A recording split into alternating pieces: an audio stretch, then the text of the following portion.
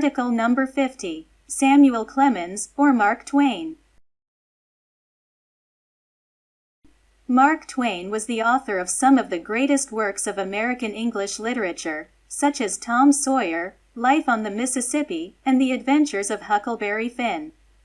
Mark Twain's real name was Samuel Langhorne Clemens.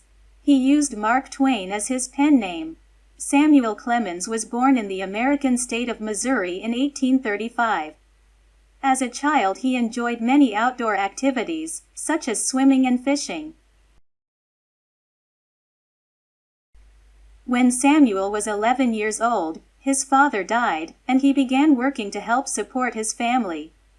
As a young man, Samuel Clemens began to write stories for newspapers. However, he took a job working as a navigator on the steamboats that traveled up and down the Mississippi River. Clemens greatly enjoyed this period of his life, during which time he gained much knowledge about life on the river. He also learned much about human behavior by observing the many people on the boats and along the river. It was as a result of this time that Clemens began using his pen name, Mark Twain. This name is taken from a term that was used by the men who worked on the river. It is used to describe water that is just deep enough to be navigated safely. The earliest of Mark Twain's really famous novels was The Adventures of Tom Sawyer. This novel describes a boy who engages in much mischief, but who has a kind heart. The story contains several scenes that are quite funny.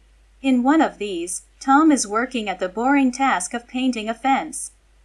He persuades several other boys to help him, by pretending that painting the fence is a fun and enjoyable activity.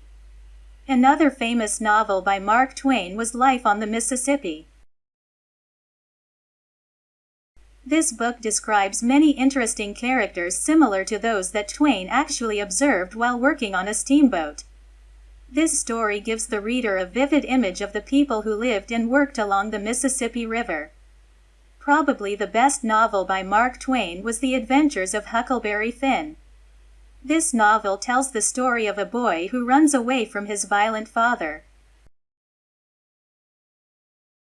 The boy, whose name is Huckleberry Finn, is joined in his escape by a man named Jim.